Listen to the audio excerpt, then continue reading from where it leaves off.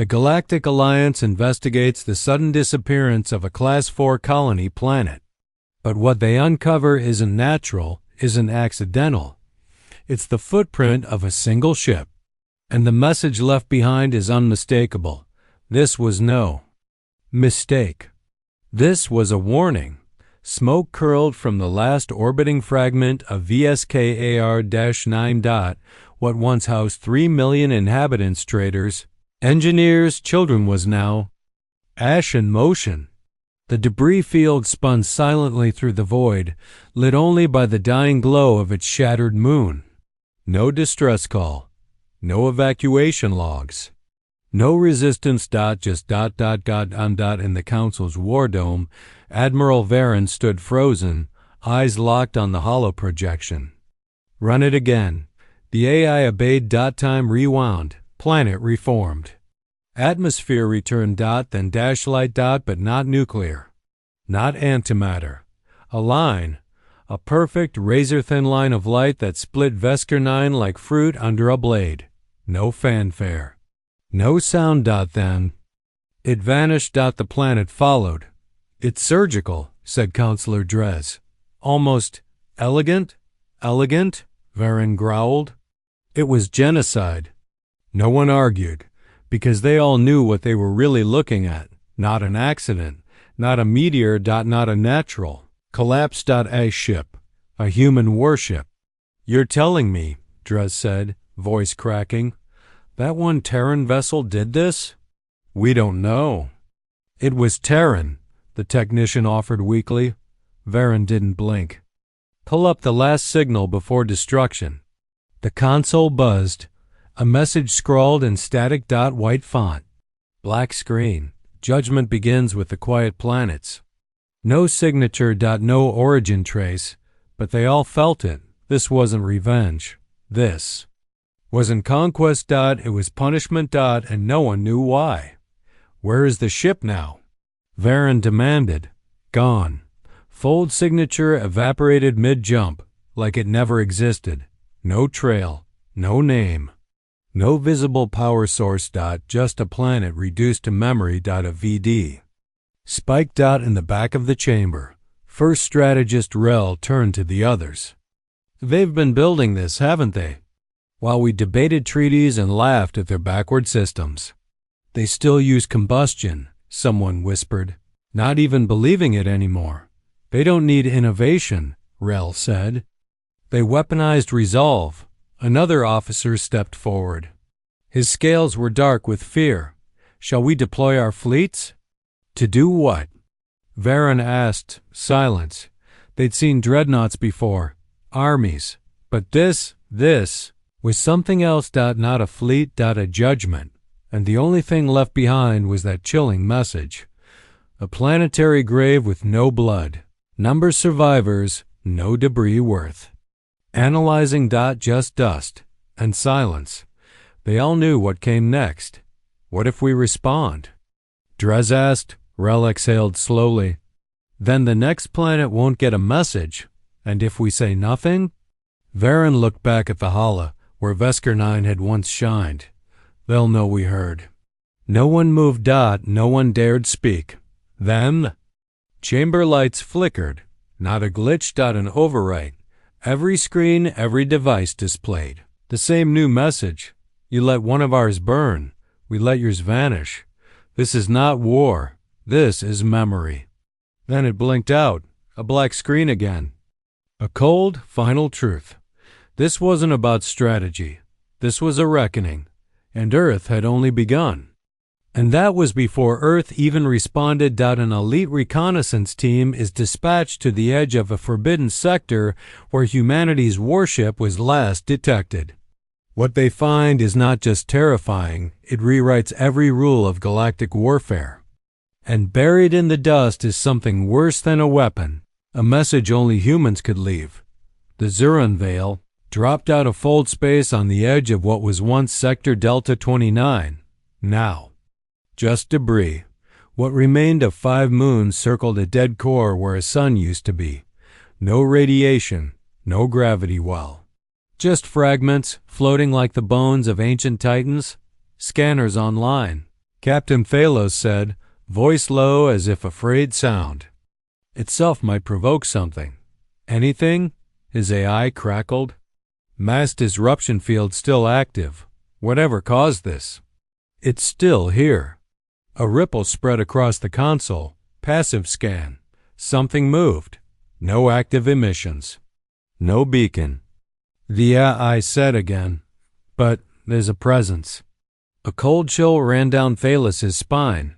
What kind of presence? Human. The word landed like a weapon. He stepped toward the view screen, and there it was. A shadow among shadows. A vessel colossal, cruel, beautiful in the way wolves are beautiful.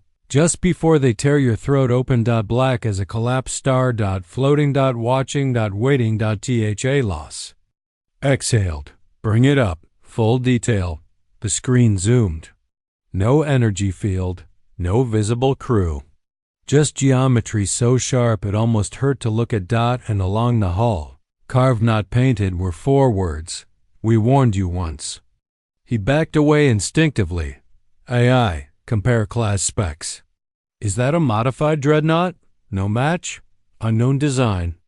Signature power capacity exceeds recorded limits by 3.4 million%. Someone behind him whispered, that's not possible. Phalos turned. It shouldn't be. But it is. Sir, his second officer said, that thing's weapons are retracted, but the kill zone radius. It overlaps 6 inhabited systems. The implication was worse than the math. If this ship fired, 6 entire worlds wouldn't exist. AvD. Spike. No sound. No message. Then the AI flared again. A single transmission. No audio. Visual only. Play it. The screen cut to a scene. Not live. Recorded. A planet lush, green, full of life. And a hum, deep, resonant.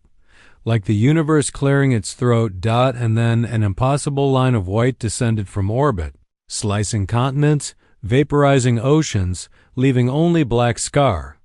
Tissue in its wake. And then it reversed. The entire destruction played backwards. Time bent. The world. Restored. As if nothing happened. And then the words appeared on screen. Mercy isn't kindness. It's a test. A beat passed. Then you failed. Captain Phalos staggered back from the console. They didn't destroy the planet. They just showed us they could. Another voice joined in his weapons tech. Sir, we're being scanned. He? World. By the ship? No, from inside our ship.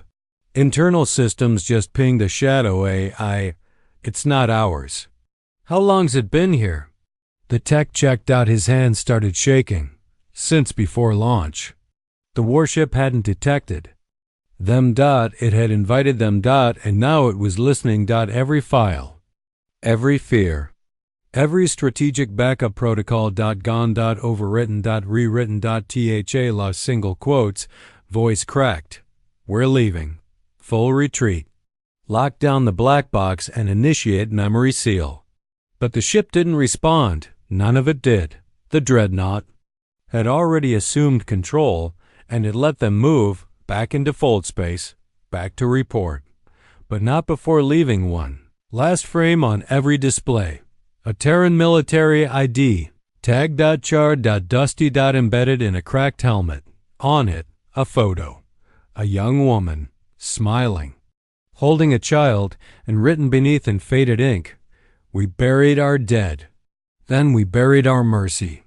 The Zuran veil folded out. They didn't speak for the next 11 hours. Not until Phalos whispered, they don't want war. They want memory. And everyone on the bridge silently agreed. Because they understood.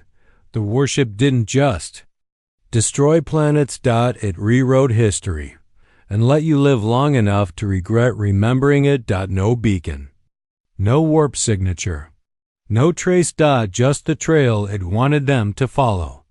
Admiral Ralek stood aboard the Varnic Spear, surrounded by the strongest tactical minds in 3 sectors. His orders were clear: find the Terran dreadnought and destroy it. What wasn't clear was how. Anything? He barked. His lead navigator shook her head. Nothing since it folded. We've entered null-charted territory. These stars aren't even on the deep maps, he frowned. We're not chasing a ghost. This thing leaves fingerprints. We just have to know where to look. She didn't respond because she saw it first. A planet, small, gray, atmosphereless, resting in a dead system. Rallick leaned closer. That wasn't here before. It was? What? The AI answered flatly. This planet has existed in this coordinate cluster for approximately 5,000 years. The Galactic Council erased it from all charts in Cycle 12. He froze. Why? Another voice spoke, this time human. From inside the comms channel. You did not erase it. You covered your eyes. Silence collapsed across the deck. Track that source. Rallick snapped. Already trying. It's not coming from anywhere. It's just here. Outside the view screen, the dead planet pulsed, a flicker of light. Then a structure. No, not a structure, a graveyard. Dozens of alien vessels shattered, fused into the rock like bones in concrete. And in the center, half buried. In the dust, the dreadnought. Still, silent. Its hull was scorched in some places. Marked in others. Names. Dozens of names, etched by hand, not Terran names. Alien, the crews it had destroyed and remembered. Rallick's voice dropped. Scan for power. Minimal. Sleep state. Looks dead. It's never dead, he whispered. A pause. A pulse. The ship turned. Not fast. Not hostile. Just enough to show. It had always been facing them, weapons primed across the fleet. Warships spread into a tactical crescent. Target lock authorized.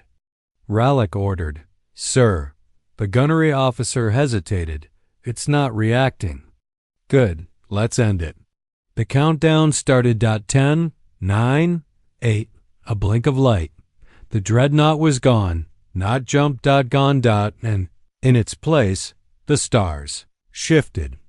They weren't stars. They were drones. Thousands. Each. No bigger than a human fist. Each carrying one warhead. Not enough to destroy the fleet. Just enough to peel it apart. First ship exploded. Mid-bridge. Second went silent. Third tore in half before shields even activated. Within 32 seconds, half the Hunter fleet was dead. Not defeated. Deleted. Rallick's ship screamed in alarms. Static surged. Shields gone. Weapons offline. He stood, fists trembling. Why didn't we detect them? The AI answered quietly, you were not meant to. Then another voice, human again. This time female. Soft. Cold. I asked them not to follow. The screen flickered to a recording. Human officer, battered, eyes bruised, speaking into a terminal as smoke clouded behind her. They won't listen. They never do. So if you find this, don't follow. Don't chase the ship. It's not a weapon. It's a memory. And it only reacts when it's disappointed. The image froze on her face. Not angry, not afraid. Just tired. The dreadnought reappeared at the edge of the battlefield. Watching. Not moving.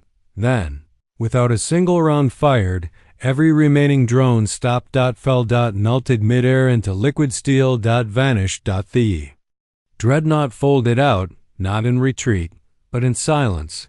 Rallick dropped into his command chair, chest heaving. What now? Someone whispered. He couldn't answer, because now he understood. They weren't fighting a fleet. They were fighting consequence. And the warship didn't punish out of rage. It punished because they wouldn't stop. And still, they hadn't learned. Council chamber didn't feel like command anymore. It felt like a courtroom. Empty seats. Shadowed walls. The scent of shame settling in like dust that wouldn't brush off. Survivors from the Hunter fleet stood in silence, pale, hollowed, as if their souls had remained behind in that dead system. Admiral Rallick, Didn't speak for hours. He sat beneath the center light, eyes not blinking, jaw slack. Someone had to carry him into the room. And when he finally moved, it was only to lift a small, shattered medallion from his pocket. "I never even saw it fire," he muttered. "What did it say?" Counselor Iris has asked. Rallick didn't answer. He just turned the medallion in his palm. Then, across every comms channel in the core worlds, systems flash. No announcement. No sound. Just an image. Black dot with white letters carved as if by blade. "We warned you once." Then a list began to scroll. Not names. Locations. All of them planets, stations, relay satellites once used by the Council during its war against Earth. Centuries ago.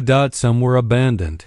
Some were erased from records. All had one thing in common. They were now silent. No life. No signal. No mass. Just gone. Counselor Drez gripped the edge of the table. "It's choosing the past, not the present." "No," Voron whispered from the shadows. "It's erasing the record of the past." Another screen came online unauthorized. It played a looped image. A child, Terran, sitting beside a burned-out structure, cradling something. It looked like a doll, but as the image resolved, it wasn't a doll. It was a charred uniform, a military patch still, clinging to one sleeve. The child didn't cry, didn't scream. She simply stared. Eyes empty, and the loop continued. Again. And again. "What is this?" someone whispered. Rallick answered hoarsely. "They don't want us to die. They want us to remember why they don't speak to us." One of the Valori counselors fell to his knees. "What if we beg? What if we surrender?" They didn't want surrender, Voron said, stepping forward. "They gave us hundreds of years of silence, and we poked it, mocked it, chased it, then followed it." The lights dimmed again. This time, across the galaxy, entire constellations blinked out not from destruction, but from refusal. Earth had disconnected its presence from the galactic net. No more messages. No more appearances. No more war. Just absence. The final kind. On the edge of an old mining world, a single scout ship discovered a message, carved into the face of a collapsed canyon, 4 kilometers wide, barely readable, but unmistakable. No names, no monuments. Just ash where arrogance stood.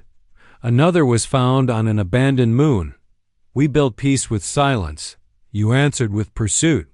And finally, inside the ruins of a Council weapons vault once used to target human colonies, a final phrase etched into the very walls. "We did not come for revenge.